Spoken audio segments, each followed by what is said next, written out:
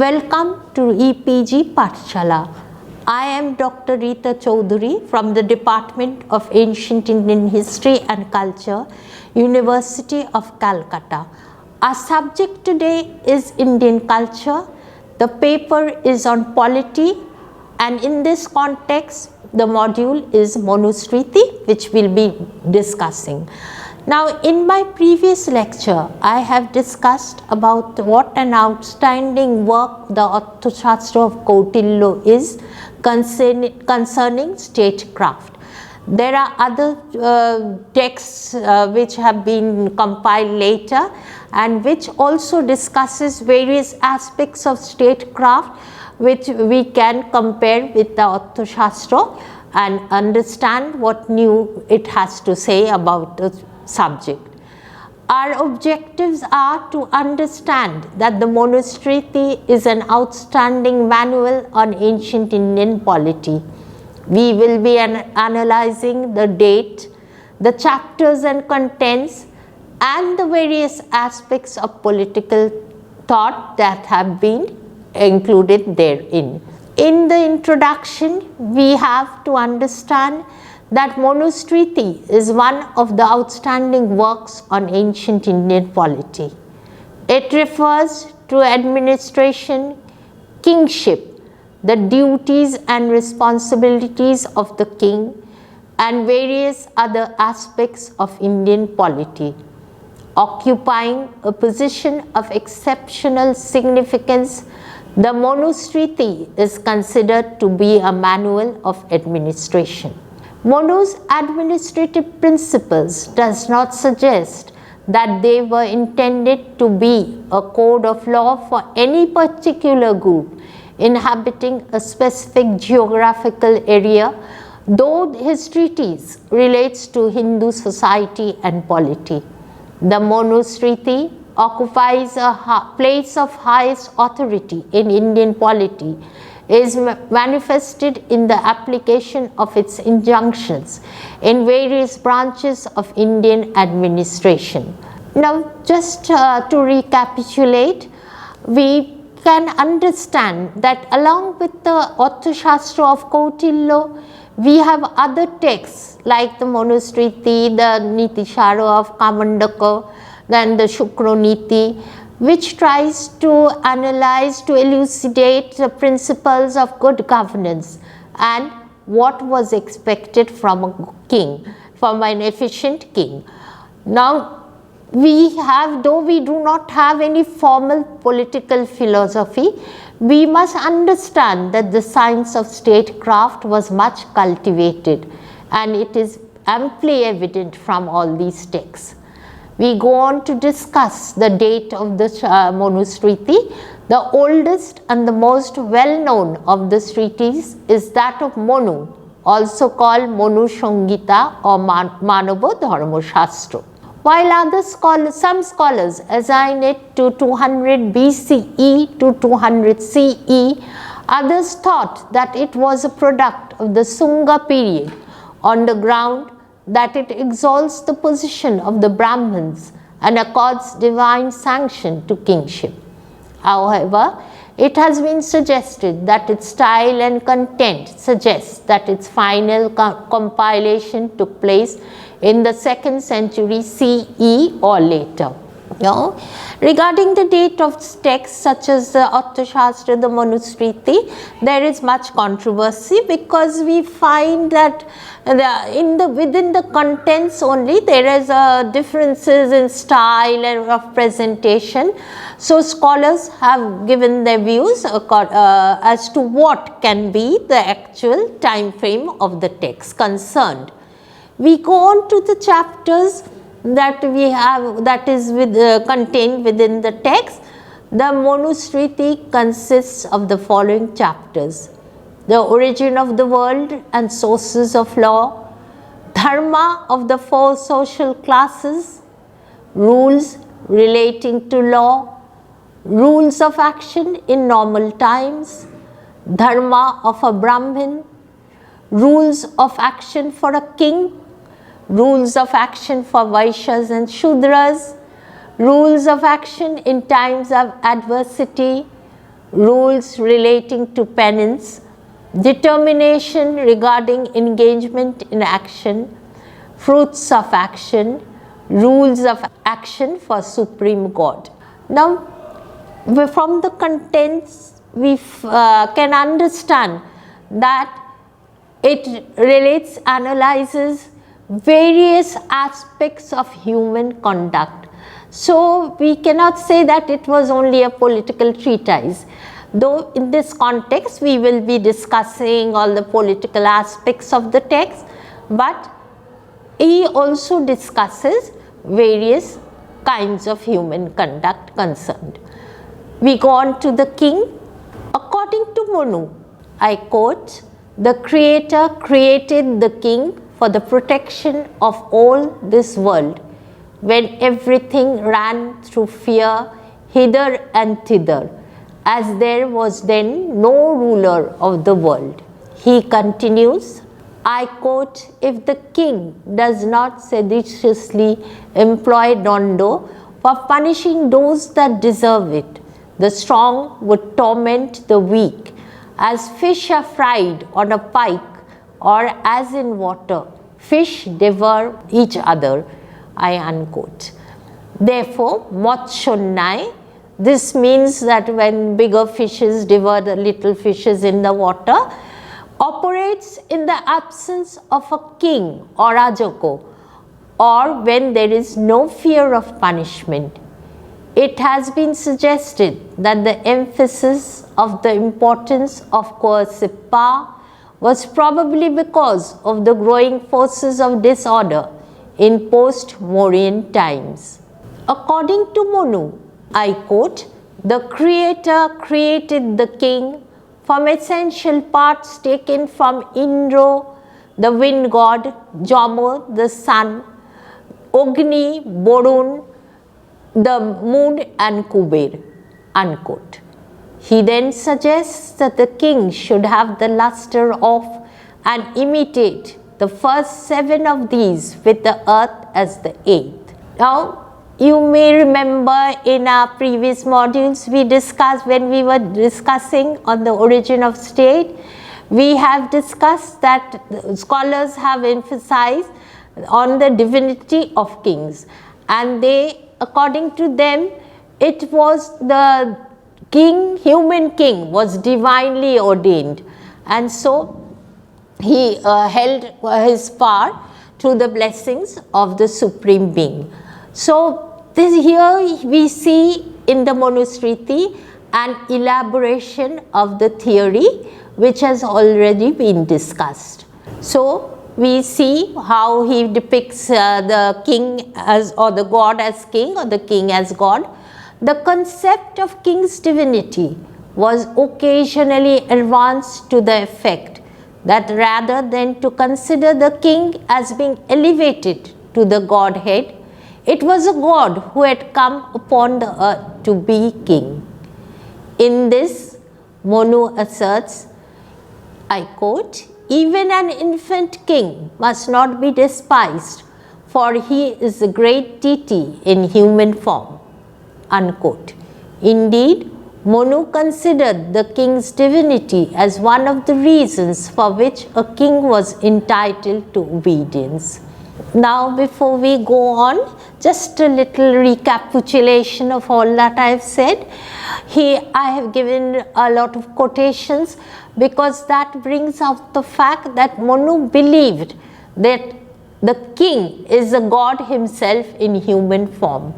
So he advises that the king should never be disobeyed, and otherwise it is the person who disobeys the king invites the wrath of the gods. Now we can go on and see what he thinks the functions of a king should be. Hindu polity laid considerable emphasis on Dando Niti. Dando means punishment and Niti means law. So Dando Niti refers to the laws that are to be followed to punish a person for the crime committed by him or her, and also in the proper administration of the state affairs. According to Monu, human nature is evil and corrupt, and he believed that morals alone would bring about discipline, at least out of fear of punishment. Monu, however, stated that Dondo must be used sparingly and in fact avoided as far as possible. Monu believed that Dondo keeps the people in a society within their sphere of activity. It ensures that the people perform their functions that are ascribed to them as per their caste in the society. Dondo also protects the weak people from arbitrary activities of the strong. In the end, Dondo helps the king in the preservation and promotion of dharma and righteousness. So, Dondo in this context does not only mean coercive power, but it also means that the king must apply his insight to see that the people follow the rights and customs that was required to them in the society. So, in this case we see that caste rules and customs were very important in this regard.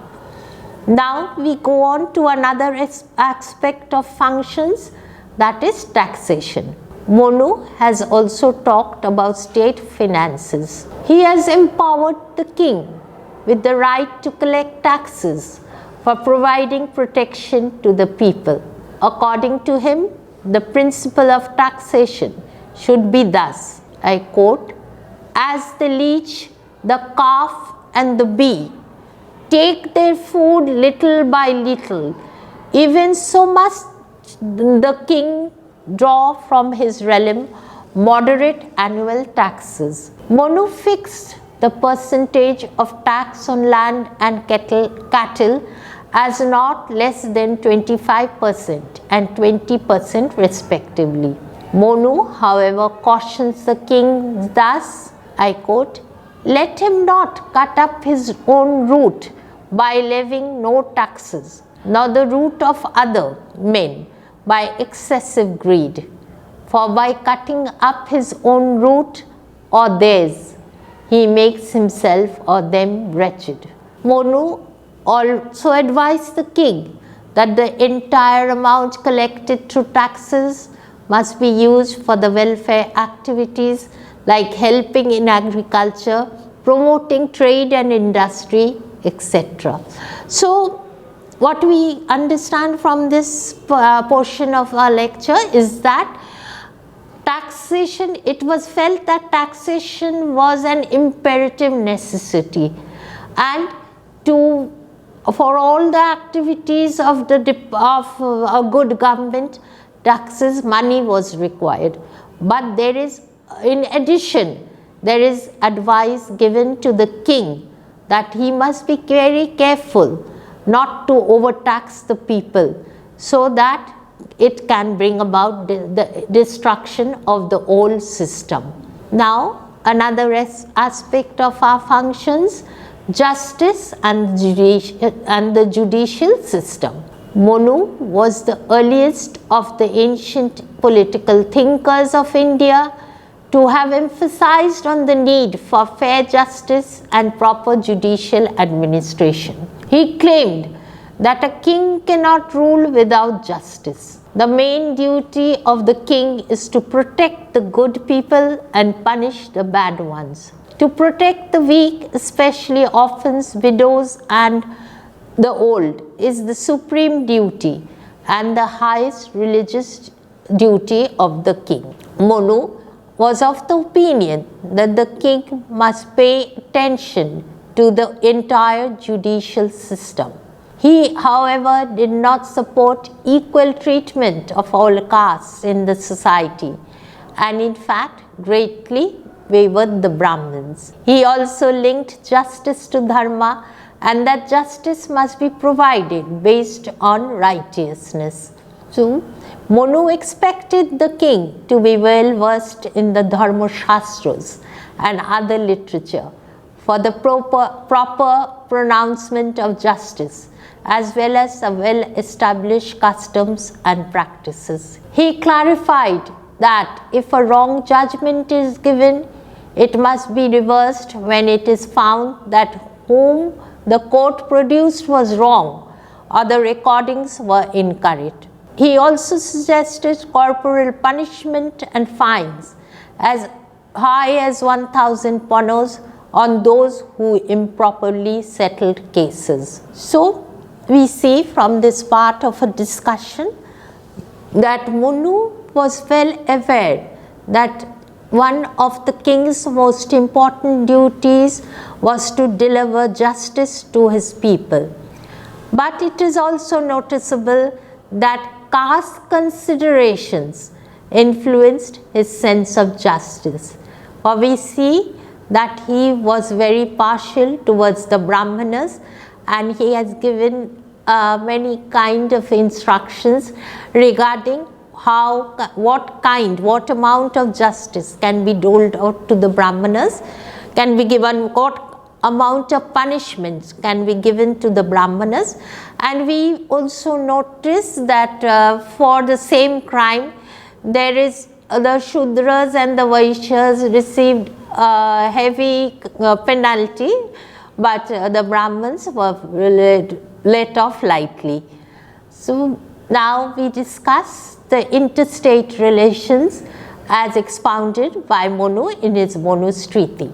Another important and significant issue described by Monu was the problem of interstate relations, which was largely based on political expediency and established righteousness. Monu was in favor of war under two conditions: when there is a threat to one's kingdom, and secondly, to expand one's territory. The king, according to Monu, was like a weeder which removes the weeds and protects the corns. The primary duty of the king is to protect the kingdom and the people therein and destroy the enemy. For this purpose, Monu suggested certain techniques which he called Chaturopai. They are conciliation, dissension, bribery, and force to tackle the opponents. Monu was in favor of the first and the last technique. He further stated that force is the last resort. So, from what we have discussed, it is apparent that he also advised expediency, just like Kautilya in his Arthashastra, when embarking on a war or restraining himself from embarking on war. It was as the situation required, the king was required to act accordingly. So, there is certain similarity between ideas of Kautilya and the Manusmriti, though there are also certain new ways of thinking that we find in the Manusmriti. Now we go on to another aspect of the king's functions, that is regarding morality and religion. The ancient Indian political thought gave great credence to the religious basis of human existence and the acceptance of traditional morality. Monu rejected cruelty and deceit. He emphasized on the rule of law and code of conduct for the Kshatriyas. Monu, however, permitted a departure from such code of conduct in the interests of the king. Now, here one noticeable point is that it is not only with politics that the king is concerned. He regulates human conduct for the proper functioning of the society. So, we find that a varied kind of vision is available in the Manusmriti, and it concerns all aspects not only of administration but also of society. We go on to discussing about the council of ministers of the king, or the Sachivas as Monu calls it. According to Monu, it was the duty of the king to ensure peace and prosperity for his people and to provide an honest and efficient administration to the satisfaction of all people. However, although Monu gave unlimited powers to the king, yet he felt that it was very difficult for one man to rule in governmental affairs. Therefore, he suggested that the king must appoint sachivas, high officials or ministers ranging from 8 to 10. Thus Monu opined, I quote, to govern the state without guidance and cooperation of honest and loyal ministers is an impossible task. Dharma cannot be administered without the help of assistance. He stressed that the king should discharge his duties in consultation with his ministers. I would just like to mention that this idea is very similar to what we find in Kautilya's Arthashastra. Kautilya also declares that a single wheel cannot turn, meaning the king cannot carry on his administration single-handed. He needs the assistance of his ministers or council of ministers. Now, regarding the principles of appointment too, we find great amount of similarity between the Manusmriti and Kautilya's Arthashastra. We will now discuss the categories and principles of appointment that we find in the Manusmriti. There were two categories of ministers, as has been mentioned in the Manusmriti: royal servants in the hereditary principle and learned, clever and efficient persons. The principles for appointment of council of ministers have also been mentioned. They are the principle of tradition, meaning that those who have been traditionally carrying out this duty of being a minister to the king, the principle of ability or qualification, the test of valor or bravery, the principle of test or examination, and the principle of objectives and aims. How does he distribute the power amongst the ministers? Now, among the ministers, the powers to be allotted is in accordance to the desire and self-satisfaction of the king. Efficiency was counted at the time of distribution of powers. The Council of Ministers acted as the executive head of administration. The civil service, composed of officials who were concerned with the execution of government's policies, was also a part of this executive. The civil servants must have been men of integrity, wise, firm and honest in collecting taxes of the state. They were expected to be skillful, clever, alert, brave, from high-born families, and of course honest. Now, so we understand that a lot of thought has been given to the appointment of ministers and what kind of a background they should come from and what were the means of judging that the minister will carry on his tasks efficiently. On the whole, it depended on the king as to what kind of responsibility he wanted to allot to his ministers. So, we now discuss how he elucidates the constituent elements of a state. Monu, like Kautilya, reposes his faith on the 7 elements or organs that constitute the state: the king, his ministers, his capital, his realm, his treasury, his army and his ally. Unlike Kautilya, however, he finds it impossible to state categorically that any one of the 7 elements excels the others in merit but that at different times a different element acquires importance over others, since that particular element is, in the particular circumstances, capable of accomplishing the purpose in hand. There is, however, some contradiction in Monu's statement, for earlier he states that the preceding element is more important than the succeeding element. Now we will go on to discuss about the interrelation between the organs of the state.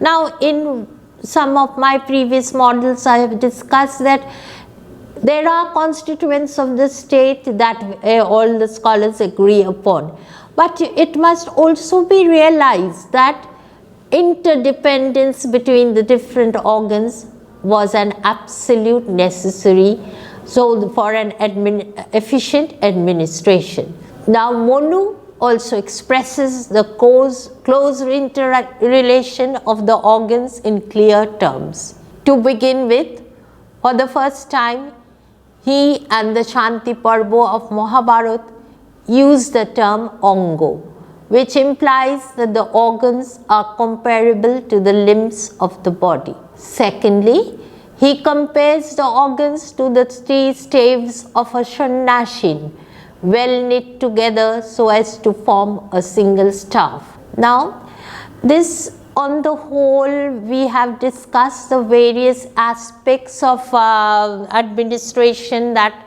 Monu has described. Now, just about a recapitulation and about the history that we have about political thought in early India, we see that the Vedic literature constituted the main source for the study of ancient Indian political ideas before the compilations of the Dharma Sutra. However, being essentially religious in nature, the isolation of facts of polity from it is difficult. The Dharma Sutras, or the earliest law books written in prose during the period 500 to 200 BCE, do not present this difficulty. Just an explanation about the word Sutra.